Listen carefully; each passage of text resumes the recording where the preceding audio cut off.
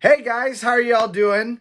Yes, I did get a quarantine haircut. Anyway though, it's good to see all of you guys today. I'm very glad to be back with you again for another Marvel review. Today I watched Marvel's Avengers Age of Ultron. And I feel like when I started these reviews, they were a little bit funny and there was a lot to make fun of with these movies. At this point, I feel like basically I either go one way or another. It's either that these movies bore me or that I really love them. They're one or the other. And it kind of goes back and forth. I mean, I've never hated any of these Marvel movies. I mean, every Marvel movie that I've seen has been fun to watch so far. I don't feel like there is a ton to say, but I don't know. Let's just get into it.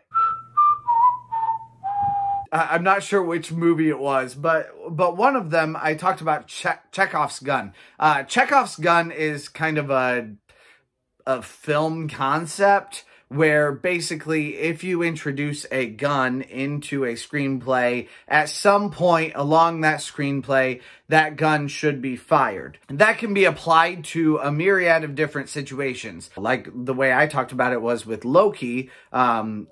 We found out that Loki could shapeshift other people and himself, both. And since that was introduced, we can expect that somewhere along the way, he is going to shapeshift and change someone else into another person or himself into another person as a means of furthering the plot. There's a lot of things that could be introduced that if I watched them a second time, I might find a lot of little moments. I'm sure I would find a lot of little moments where I'd be like, oh, that's what they were doing with that. I didn't realize it at the time. We start off with that blue diamond and then we see Jeremy Renner on top of a Hummer shooting people, and then all the Avengers are there, and they do have a really awesome slow-mo moment where everything's been moving at breakneck speed, and we've been introducing all the characters kind of one at a time in this action scene, and finally they all come together, and they do like a slow-mo jump over like a cliff or something like that, or like a hill, something like that. One thing I really liked is something happens with one of the characters and he goes, shit. Captain America goes, language. And I loved that because right away I was just like, oh, thanks, Disney. But it turns out that really it was a commentary on Captain America and basically that he's a boomer. He really is not a boomer. He's like older than the greatest generation, so but the same principle applies. But that's the kind of humor that I really love in movies. If you're not familiar, I generally review Disney movies. I guess I shouldn't say generally. Kind of the crux of this channel is for me to review Disney movies in Disney movies ranked and reviewed. However, those reviews take a long time to produce, so I also produce a couple others throughout the month that take a little bit less time and less editing for me to put together for you guys so that you can have kind of a steady deluge of content.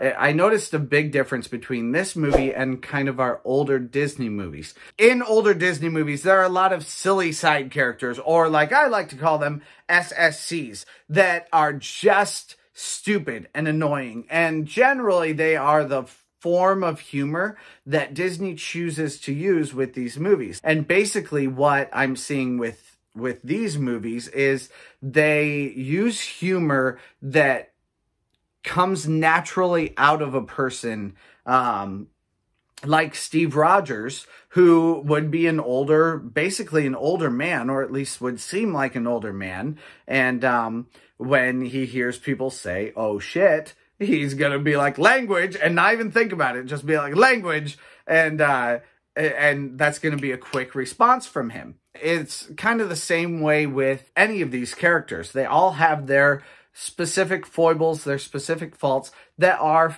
found humorous throughout this movie because they arrive so much more naturally from the characters than like the SSCs do, where basically you just have a crazy, annoying side character that's maybe a drunkard. I've seen that before. Or someone who, like one of these side characters where basically they're just really high-strung and excited all the time, or they're just stupid characters that can never catch a worm. These are just 3 of the most recent examples for me. A lot of those characters are just very annoying to me, rather than being very funny and exciting characters to watch, because those characters don't really have a lot of character development. Each one of these characters in these Marvel movies has a spectacular amount of character development, and that allows the humor to arrive much more naturally out of them. Once again, we enter a German lair, and in that lair, we see 2 twins who apparently have been like genetically modified, and have apparently, we find out later, been the only 2 people who survived that genetic modification. Every time that I've seen Iron Man, his suit continuously changes. It always adds a new concept. One of the last ones I saw was the suit itself would like unfold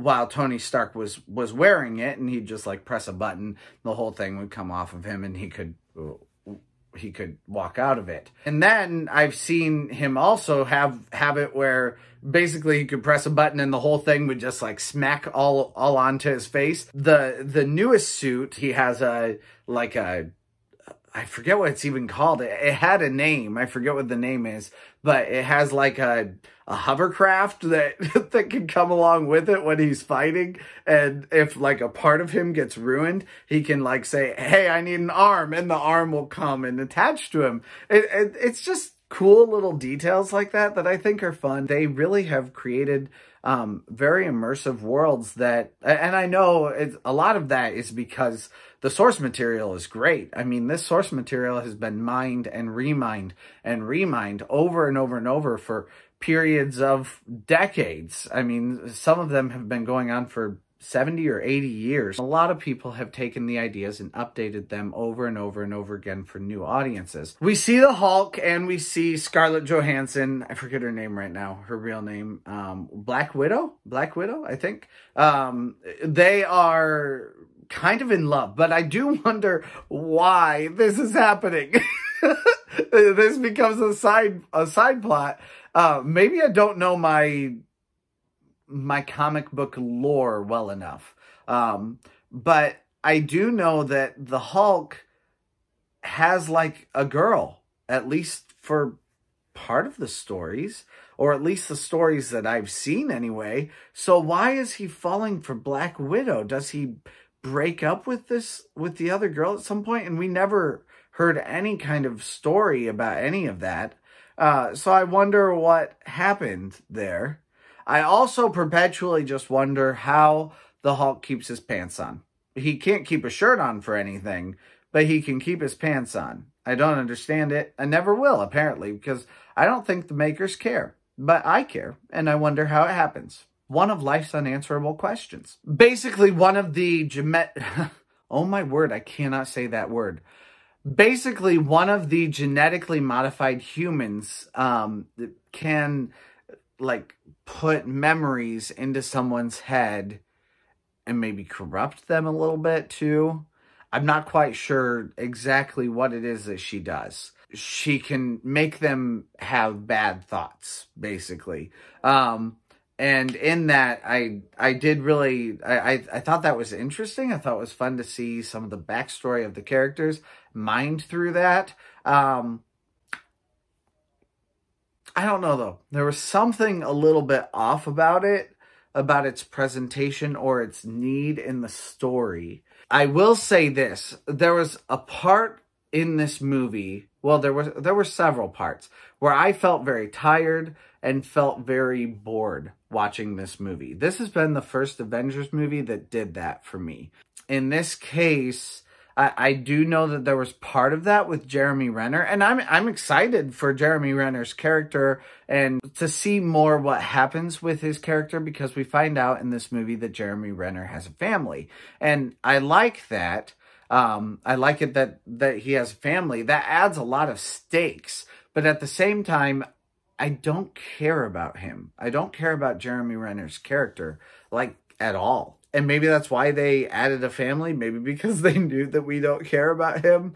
I don't know. I'm trying to figure out where they're going with it, and I'm trying to understand why this movie in particular was boring to me, because it was. However, I will tell you the one thing that I really loved about this movie. In this movie, we see that the Avengers themselves, particularly two of them, cause the issue of this movie directly. They have been working on basically some intelligence called Ultron that would create like a barrier around the world to protect the world from anything. And it's basically some artificial intelligence that's supposed to protect everything and basically get the Avengers eventually out of a job. Really, Iron Man wants to create this project. He just uses Bruce Banner to help him with that. And Iron Man creates a very bad monster in doing this. And then we have the two genetically modified humans that just aid in that issue also. But I've been waiting for them to say, not everything is perfect with the Avengers, and to see them cause the problem or be the problem in the world when they think they're being the cure. And in this case, I saw that they were thinking they were trying to be the cure when they really were the issue with the world. They don't tell any of the Avengers. They just work on it simultaneously. They don't tell them because they think that this thing can't amass enough power to create an issue. But it does amass enough power, and it ends up taking over Jarvis's mind. And Jarvis then is... basically it uses Jarvis to like piece together a body for this thing, which again, the whole thing was really fascinating. I liked seeing all of this, but there again was some sort of a disconnect, and I'm not quite sure what that disconnect is. If I feel like all the parts were in place, but to me this movie just felt not quite as good as some of the others that I've seen. Certainly not anywhere near as good as Guardians of the Galaxy. Maybe I'm just still on a Guardians of the Galaxy high, and that's the problem. Maybe that's just it. Maybe coming down from Guardians of the Galaxy is harder because it's such an incredible experience. It kind of makes all the others pale in comparison. I don't know. Maybe that's it. In the end, I was still intrigued, and I liked this movie. Like I said, too, I feel like this movie would be great to rewatch again. I would probably find a lot more enjoyable about it and what's actually happening in the overarching storyline. In the end, ultimately, this movie was one that bored me and felt very disconnected from me. So I guess that's ultimately my review of this movie. Tell me down below, what do you think of Avengers Age of Ultron? Is it something that you had wanted to see? Did you grow up with the comics and you understand more? And maybe enlighten me with some of the things that you know down in the comments. I'd love to hear from you. Let me know what your overall impressions of this movie were. I'd be really interested to hear what you guys have to say. I'll talk to you guys again soon. Everybody stay healthy, and I'll make sure you wash your hands, you nasty, nasty people. And I'll talk to you guys all again in another week. Bye.